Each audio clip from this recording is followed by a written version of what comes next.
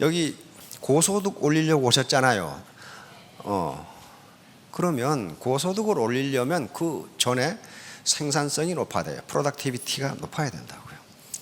생산성이 적은데 고소득을 올린다? 그건 있을 수가 없어요. 그건 자본주의 시장 경제에서는 있을 수가 없어요. 그러려면 생산성이 높으려면 어떻게 해야 되냐? 반드시 자본이 있어야 돼요. 자본 축적이 돼 있어야 돼요. 자본이 없는데 생산성이 높아진다거나 생산성이 낮은데 고소득을 얻는다거나 하는 것은 있을 수가 없어요.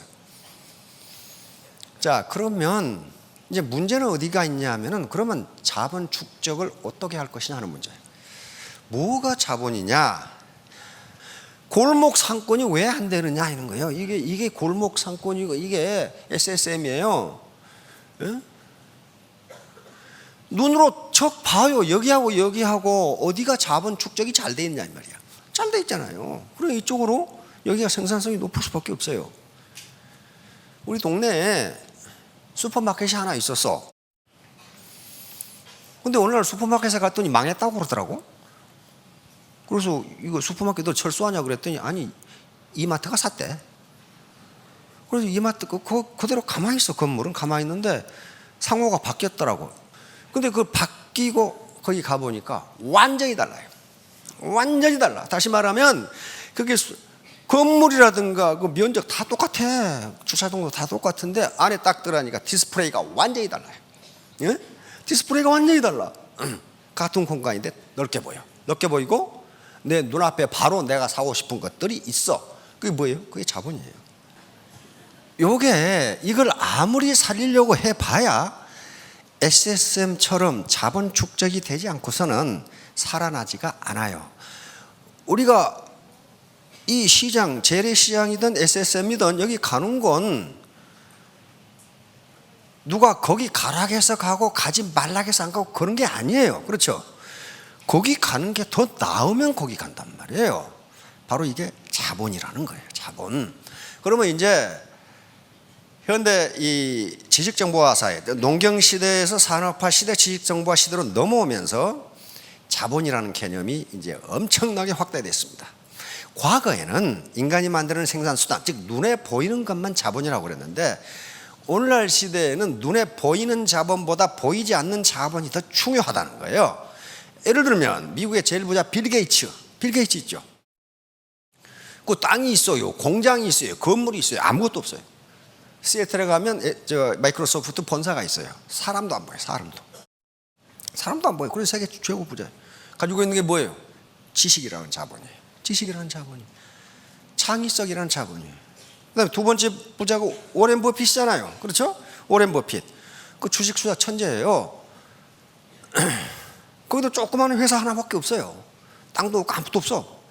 그런데 세계 두 번째 부자예요. 역시 주식 투자라고 하는 노하우, 그 자본을 가지고 있는 거예요. 그래서 그래요. 페이스북도 마찬가지, 구글도 마찬가지, 아마존도 마찬가지. 그 땅도 없고 공장도 없어요. 그걸 보면은 자본의 개념이 점점 확대된다 하는 걸 알 수가 있어요. 이게 포드의 얘기입니다.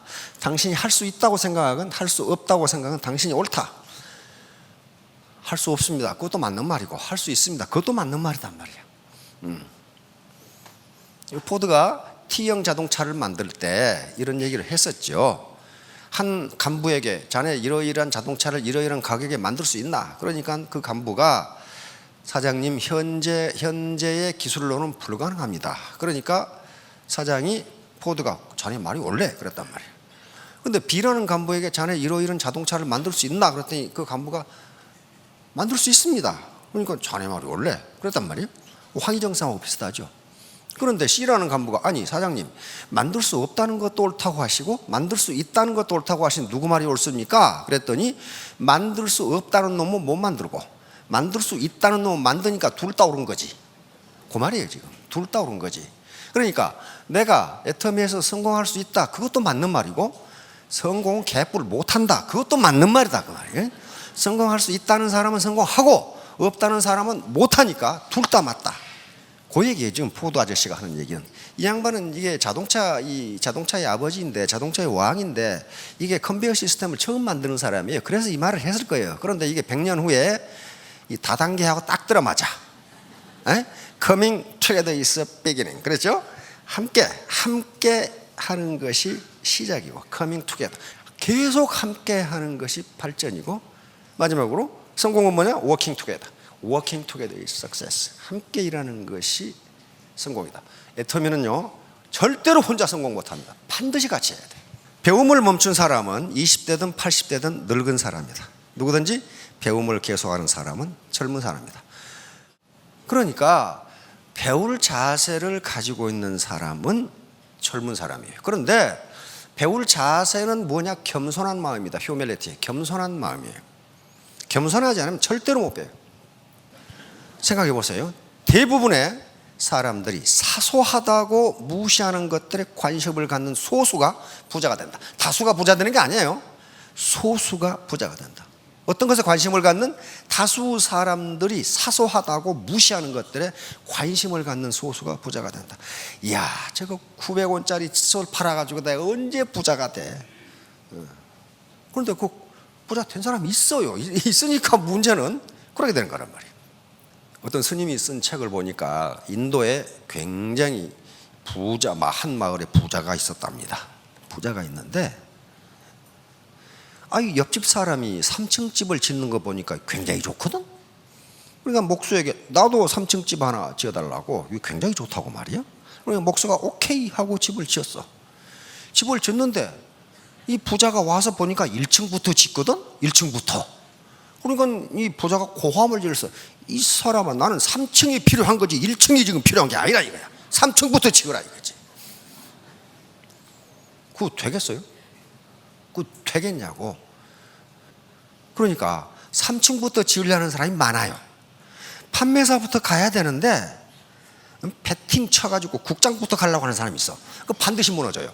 1층, 2층이 부실하면요 3층이 제대로 있을 수가 없어요. 그래서 욕심을 부리면 안 됩니다. 이 아저씨가 미국에서 제일 좋아하는 아저씨예요. 왜냐하면 1000불짜리 지폐 이 아저씨가 그려 있거든. 벤자민 프랭클린.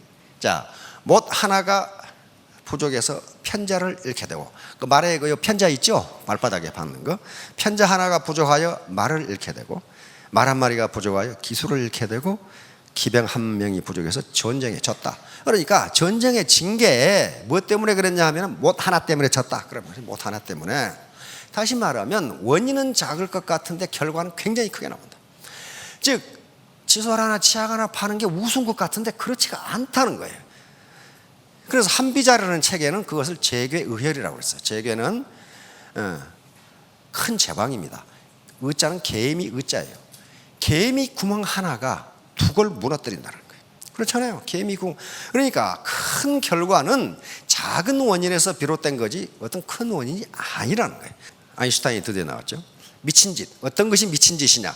똑같은 일을 계속하면서 다른 결과를 기대하는 것. 이게 미친 짓이야. 그러니까 지금까지 똑같은 일, 똑같은 방법으로 하면서 부자가 안 되나? 안 된다는 거예요. 미친놈이라는 거예요. 안 된다는 거예요. 절대로 되지 않아요. 또 아인슈타인이 뭐라고 했냐면 지금의 문제는 현재까지 존재하는 지식으로는 풀 수 없다 그랬어요. 다른 방법이 있어야 돼. 지금까지 계속 가난했다면 현재 당신이 가진 지식으로는 풀 수 없다.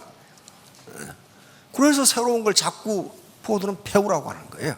요 애터미 사업은, 다단계 사업은요 비즈니스인데 휴먼 릴레이션스, 인간관계 비즈니스예요. 그러니까 인간관계가 가까워지려면요 어떻게 해야 돼요? 그건 왕도가 없어요. 자꾸 만나야 돼. 자꾸 만나야 돼요. 자꾸 만나야 정이 들게 되어 있어요. 그러니까 자꾸 시스템에 나와서 이게 인테크니까, 사람 테크니까 가까워져야 성공한다는 거예요. 절대로 혼자 성공 못합니다. 네트워크는 자본이다. 그러니까 여기 오신 것은 지금 자본 축적하러 오신 거라고 생각하시면 돼요. 네트워크는 자본이다. 네트워크를 무슨 자본이라고 부르냐 하면은 네트워크를 사회자본, 소셜 캐피탈이라고 부릅니다. 소셜 캐피탈이라고 불러요. 이건 전 세계적으로 같이 부릅니다. 경제학자들이 이렇게 정의한 거예요. 토크빌이라는 사람이 미국의 민주주의라는 책에서 처음으로 언급한 거예요. 다시 말하면 사회자본이 축적된 사회와 사회자본이 축적되지 않은 사회는 경제발전의 정도가 완전히 달라요. 완전히 달라. 그 다음에 이 사람 미국 사람인데 그것도 인간관계 속에서 돈이 생긴다. 프란시스 쿠야마, 이거 세계적인 지식인인데 일본계 미국인입니다. 이 사람은 이 네트워크 중에 가장 중요한 게 뭐냐? 신뢰다. 신뢰다. 트러스트. 그 다음에 로버트 포트남, 이것도 역시 네트워크다. 네트워크 자체가 자본이다. 네트워크 자체가 자본이다. 그러면 이게 네트워크 사업이니까 네트워크가 자본이면 어떻게 되겠어요? 그 네트워크가 커야 고기를 많이 잡아. 그렇죠? 네트워크가 크다는 건 자본이 많다는 거예요. 자기하고 파트너하고 둘이 이루어졌다. 거기서 무슨 놈의 돈이 생기겠어요? 안 된단 말이에요. 이런 얘기예요. 지금 소득은 크게 두 가지로 나눕니다. 하나는 노동소득이 있고 시스템 소득이 있어요. 노동소득은 전형적인 임금소득이고 자영업입니다. 자유업, 자영업. 이쪽 노동소득은요, 아무리 지금 소득이 많아도 노동 공급을 중단하면 소득이 제로가 돼버려요. 소득이 제로가 된다고요. 영화배우 소득 많죠? 출연을 못하면 어때요? 소득 제로예요.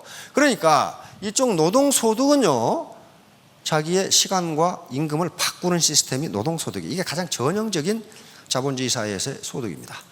이쪽 시스템 소득은요, 두 개, 사업소득이 있고 자본소득이 있어요. 이것은 내가 노동을 공급하지 않더라도 소득이 생기는 게 시스템 소득이에요. 그런데 그 로버트 기요사키라고 들어보셨죠? 로버트 기요사키라고 일본계 미국인인데 부자 아빠, 가난한 아빠라는 책을 썼어요. 그게 지금 5권까지 나와 있죠. 5권까지 나와 있는데 1권만 보고 마세요. 2권부터는 무슨 회계에 대해서 잔뜩 얘기하고 있는데 무슨 말인지 모르니까 내버려 두고 1권에가 뭐라고 나왔냐면은 이 시스템을 만들어야 되는데 시스템을 갖지 않으면 노동소득밖에 되지 않는데 시스템을 만드는 방법은 세 가지가 있다, 이렇게 소개하고 있어요. 뭐냐면은 자기가 시스템을 만드는 거예요. 기업을 만드는 거예요. 정주영, 이병철 회장님처럼 기업을 만드는 거라고요. 기업을 만들면 내가 오늘 어디 간다고 해서 기업이 안 돌아갑니까? 시스템 소득이에요. 두 번째는 있는 시스템을 사버리는 거예요. 이게 프랜차이즈입니다. 프랜차이즈. 이것도 쉬운 일이 아니에요. 그 다음에 세 번째는 시스템에 진입해서 새로운 시스템을 만드는 거예요. 이게 네트워크예요. 이게 네트워크. 애터미 시스템이 있죠. 여기 들어와서 자기 시스템을 만드는 거예요. 여기 자기 시스템을. 그러니까 우리 서민이 할 수 있는 유일한 방법은 요만밖에 없어요. 프랜차이즈 사봐야 요즘 또 잘 안 돼. 기업 만들기는 더 어려워. 그 다음에 자본소득이 있습니다. 자본소득이 있으면 애터미 사업 안 해도 사실 돼요. 먹고 사는 문제만 따진다면. 자본소득은 바로 은행에 예금이 많거나 요즘 또 은행 예금 많아도 이자율이 거의 없대. 그렇죠? 그 다음에 채권이나 유가증권 가지고 있는, 특허권, 저작권 가지고 있는 이런 것을 가지고 있으면, 부동산 가지고 있는, 강남에 부동산 가지고 있으면요, 최모 씨도 한 달에 1억 나온다고 그러죠. 부동산 임대료가 1억이 나와. 왜 그래요? 누가 일해서 그럽니까? 누가 일해서? 바로 그 자본, 부동산이라고 하는 자본이 스스로 일하는 거예요.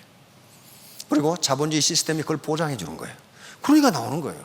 아무 일도 안 하는데 나온다? 그렇지가 않아요. 그러니까 이런 걸, 이게 자본소득이에요. 자본소득은 건물주가 수용을 하건 관계없이 이게 나오게 돼 있어요. 나오게 돼 있어요. 그러니까 궁극적으로 여기 계시는 분들이 궁극적으로 갖고자 하는 자본은 이쪽이에요. 그렇죠? 땅도 갖고 싶고, 강남에 상가도 하나 가까이 있고, 이제 와가지고 무슨 건물 발명해가지고 로얄티는 못 받을 것 같고, 지금 베스트셀러 하나 써가지고 어떻게 안 될 것 같고, 그러면은 이제 이런 것들 부동산이라든가 또는 유가증권, 채권 이런 걸 좀 갖고 싶은 게 이게 최종 목표예요. 목표인데 문제는 이걸 갖는 게 쉽지가 않다, 그런 말이지. 쉽지가 않으니 여기서 시스템을 만들어서 고소득을 올릴 수밖에 다른 방법이 없어요. 부모로부터 이걸 물려받았으면 땡이지. 땡인데 이거 안 되는 거예요. 그러니까 더 중요한 자본이 있다, 그 말이에요. 현대사회에서. 자, 이제 50층 집을 지으려고 그래. 5천만 원을 벌려고 그래. 50층 집을. 그런데 그냥 지어지는 게 아니에요. 50층 집은. 거기에 반드시 모래와 자갈이 필요합니다. 그렇죠? 모래와 자갈이 필요하고 여기 철근이 필요하고 그 다음에 시멘트가 필요하고 물이 필요해요. 요걸 합해 가지고 건축물을 올려야 50층을 올릴 수 있어요. 그렇죠? 근데 모래와 자갈은 굉장히 단단합니다. 그러니까 여기 애터미 해온 사장님들 각자가 모래와 자갈이에요. 왜? 자기 개성을 가지고 있잖아요. 인간이 자기 개성을 안 가지고 있으면 그 좀비지 사람이 아니에요. 전부 다 모래와 자갈이에요. 단단한 개성을 가지고 있다는 건 나쁜 일이 아닙니다. 나쁜 일이 아니에요. 그런데 이것 가지고는 건물을 못 올려요. 50층 건물을 지을 수가 없어. 그러면 여기 철근이 필요해요. 철근이 필요하다고. 철근이 없으면 몇 층 못 올립니다. 철근이 필요해요. 철근이 뭘까요? 우리 애터미 같으면 이게 조직이에요. 라인이에요. 라인이 있어야 돼요. 나 혼자 안 돼요. 그러면 모래와 자갈이 철근과 하나로 뭉치려면은 뭐가 있어야 돼요? 시멘트와 물이 있어야 돼요. 이런 소프트한 것이 없으면요, 절대로 이건 하나로 합해질 수가 없어요. 시멘트와 물은 낮은 곳으로 흐르죠. 낮은 곳으로 흘러요. 그래서 노자 도덕경에 보면 상선약수라는 말이 있어요. 가장 좋은 선은 물과 같다. 왜? 물은 낮은 곳으로만 흐르고 만물을 살리면서도 자랑하지 않는다. 그렇게 돼 있어요. 자랑하지 않는다. 그렇듯이 물과 시멘트가 섞여 들어가면서 개성이 강한 모래와 자갈 그리고 라인, 조직이라는 콘크리트가 하나가 돼요.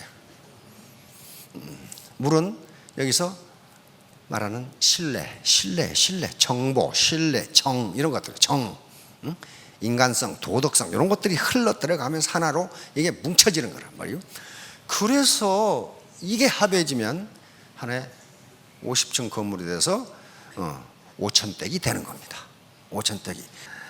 자, 아무튼 이제 네트워크 자체가 자본이에요. 그러니까 내 네트워크를 크고 단단하게 묶고 이게 활기 있게 만드는 게 자본인데 크고 단단하게 만드는데 가장 필요한 게 트러스트, 신뢰입니다. 신뢰라고요. 신뢰요. 요 신자는 믿을 신자인데요. 고전에서 신자는 뭘 신이라고 하냐 하면은 말이 행동으로 증명되는 걸 신이라고 그래. 말이 행동으로 증명되는 거. 말이 행동으로 증명되지 않으면 그건 신이라고 안 해요. 그러니까 내가 파트너들의 성공을 위해서, 동반 성공을 위해서 일한다. 그렇게 했으면 행동도 그렇게 나와야 된다. 그래서 신뢰라는 것이 요 네트워크를 크고 단단하게 만드는 가장 중요한 요소고 그것이 우리 서민들이 가질 수 있는 유일한 자본이에요. 강남에 5층 빌딩을 가질 수도 없고 갑자기 느닷없이 200억 무슨 뭐 예금을 가질 수도 없고 로얄티를 받을 수도 없고 어떡할 거냐 이 말이야. 어떡할 거냐. 자본을 늘리긴 늘려야 되는데 어떻게 못 늘리냐. 어떻게. 자본주의 시장 경제 자본이 없으면요 평생 가난뱅이로 살아요. 마지막으로 한 가지 데이터만 말씀드리고 마치도록 하겠습니다. 빈곤 탈출률이라는 게 있어요. 2005년부터 우리 통계청이 작성하기 시작했어요. 빈곤 탈출률, 다시 말하면 가난뱅이 부모 밑에서 태어난 자녀가 살아가면서 어떻게 중산층 이상으로 올라가느냐 하는 비율이에요. 그게 2005년, 2006년 데이터에서는 한 3.5, 3.2 정도 됐어요. 다시 말하면 가난뱅이로 태어난 부모를 둔 자녀가 3명 내지 4명은 빈곤을 탈출하고 중산층 이상으로 올라가더라는 거예요. 올라가더라는 거예요. 그럼 그걸 반대로 보면 뭐예요? 가난뱅이 부모를 둔 자녀는 10명 중에 7명이 평생 가난하게 산다.